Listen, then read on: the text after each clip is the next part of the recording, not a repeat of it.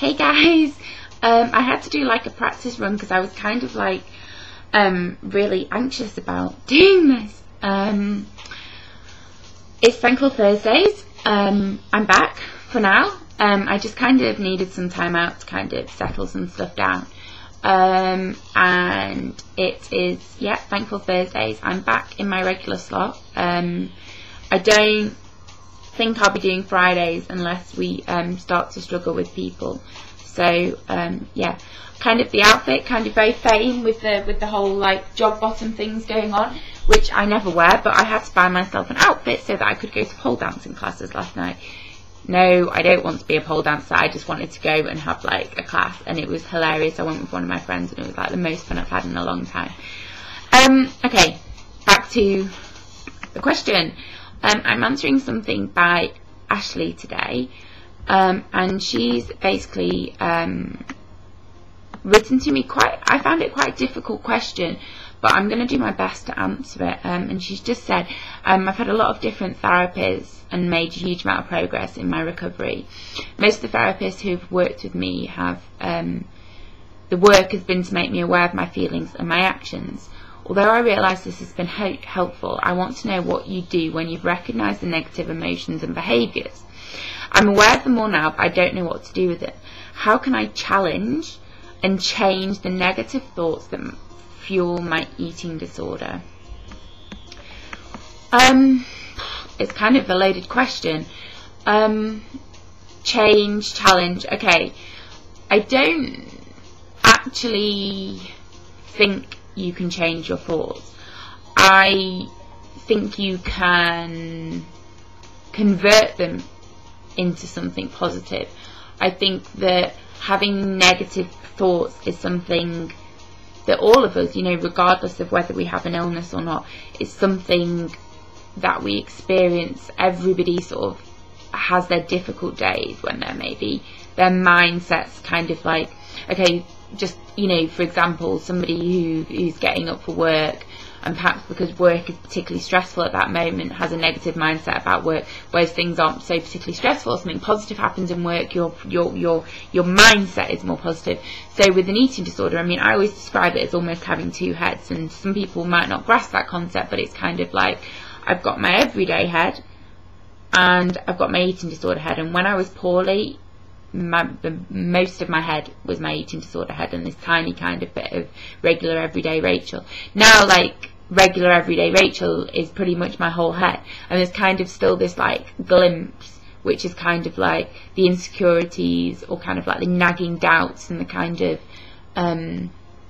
part of me that still struggles with being a normal weight, still struggles with thinking I'm actually worth something, still struggles with self-esteem, self-confidence, self-assurance, independence, freedom, what all of that represents. Whereas the majority of my head now is kind of a pretty positive mindset. We can do it, I can do it, this is going to move forward. You know, life has changed, things have changed, I've changed. In terms of therapy and helping you recognise that, I think that often is the key part of cognitive behavioural therapy. And what that tries to do is kind of basically gets you to identify a thought. And the assumption is that if you can identify a thought, you can then change your emotion to it. So if you have the thought, I'm a bad person, it's probably going to make you feel like shit, to be honest. Whereas if you've got the thought, do you know what, yeah, I'm a pretty good person, I'm a good friend, and all of that, you're going to feel quite positive about yourself.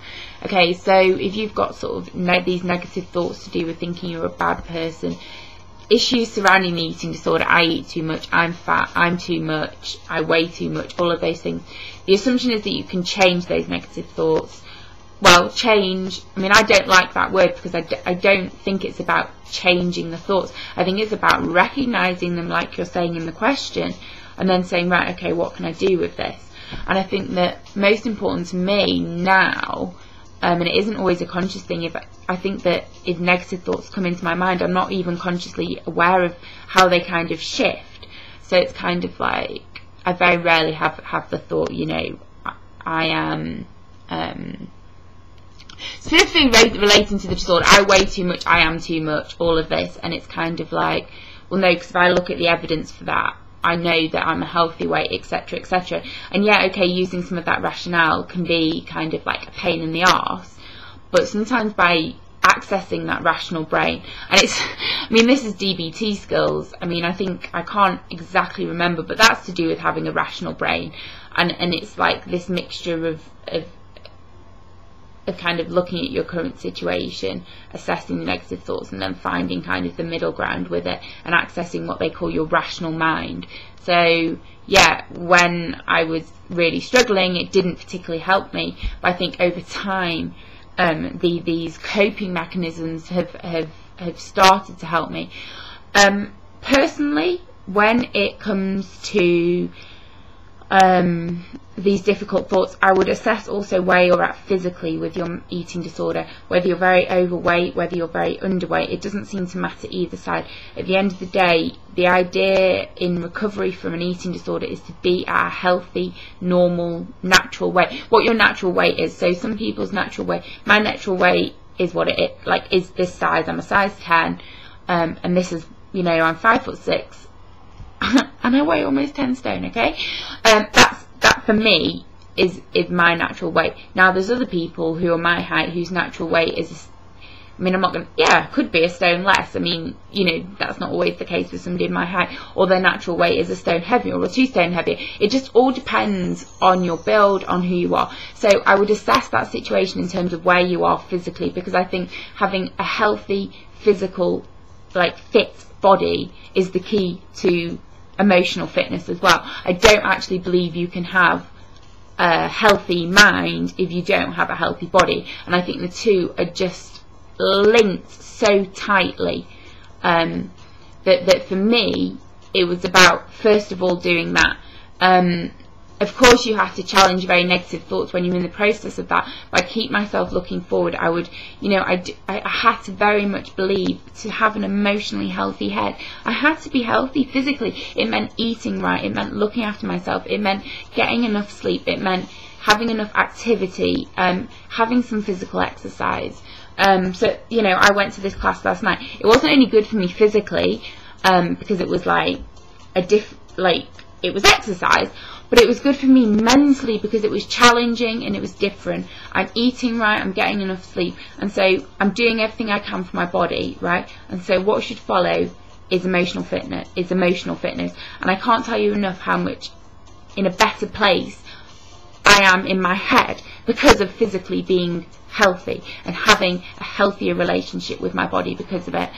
So then, in terms of the thoughts, I would hope for you that the thoughts shift then, that your overall mindset changes, that your depression perhaps lifts. Of course, people still have mental illness when at a normal weight, okay?